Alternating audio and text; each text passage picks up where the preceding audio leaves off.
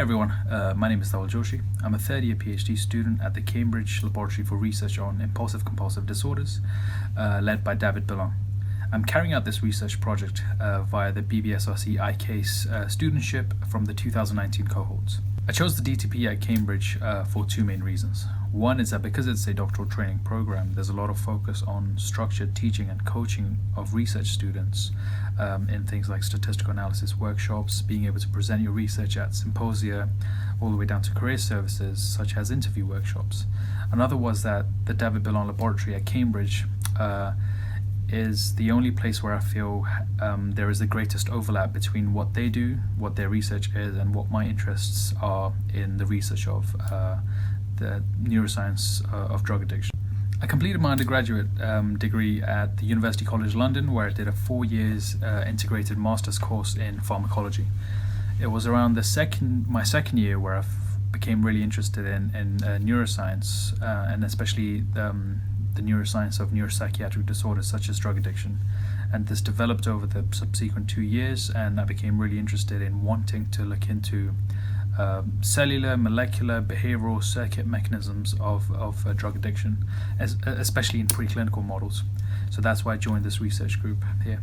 So as drug addiction is considered to be a brain disorder, the research on the mechanisms of drug addiction has focused on the central mechanisms of drugs of abuse and what their contribution is towards the development of drug addiction, whereas the contribution of the peripheral effects of drugs of abuse is not as well characterized, has been largely neglected. The aim of my research project is to understand the contribution of peripheral effects of heroin stemming from outside of the nervous system, which are called the interoceptive effects of heroin, in the development of heroin addiction. And if we consider the peripheral mu-opioid receptors as the source of these interoceptive effects of heroin, I feel like that's a good starting point to start to understand, okay, what is the contribution of the interoceptive effects of heroin in the development of heroin addiction? And it also offers us a molecular target to causally manipulate the interoceptive effects of heroin in the models of drug addiction. I think carrying out an iCase project gives you a really unique and clear perspective on what the applicability and real life implications of your research are. You really learn to see the contribution of your research or the potential of your research in the grand scheme of things. At least for me, it's helped me really plan out my research project over the 4 years and really plan the experiments that I need to carry out to answer the specific questions that I've asked in my research project, because I sort of know what the end goal of the research project is. So yeah, I think it's really beneficial to have an iCase project because it just really gives you a lot of clarity. I definitely want to stay in scientific research, but I have very little perspective and no first-hand experience on what it's like to do research outside of the context of academia. And for that reason, I'm quite looking forward to the industrial placement, which is a compulsory part of the iCase studentship, and learn what it's like to carry out scientific research in a pharmaceutical company, in an industrial setting. So I feel like it will help me really decide if I'm suitable for it or not, or if it works for me or not. So outside of doing my research in the lab, I try to follow my hobbies the best that I can. I'm quite interested in music. I play guitar, so I like to jam with my friends that are also musicians, attend live music shows here at the University of Cambridge, especially with the student live music scene being hosted by all the different colleges here at the university is very rich, so there's a lot of chance to see live music and even join that scene. I enjoy videography and photography, so I try to do camera crew work for the Musical Theatre Society here at the university whenever they host productions at the ADC Theatre. So I personally was very excited to take on an iCase research project because, as I said, I have very little perspective on what scientific research is like, especially within the context of neuroscience in an industrial setting in the pharmaceutical industry.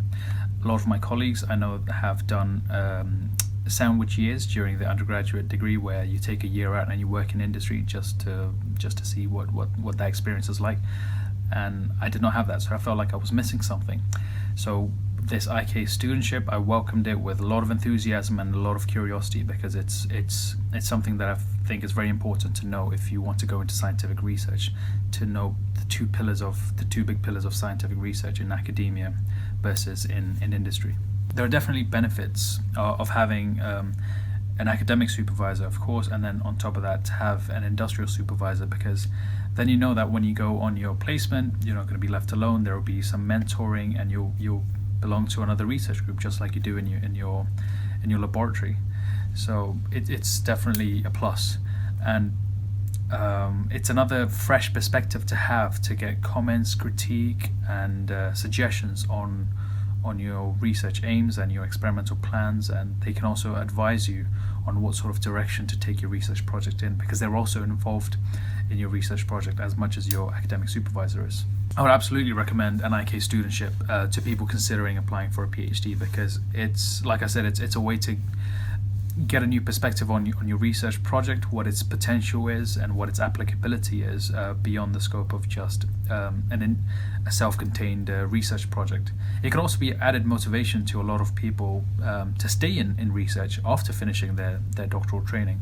And on top of that, carrying out the industrial placement, it's another opportunity to develop technical skills as well as transferable skills that you won't necessarily be able to develop in your lab with the lab that you're working with. So it's a way to become a more well-rounded researcher.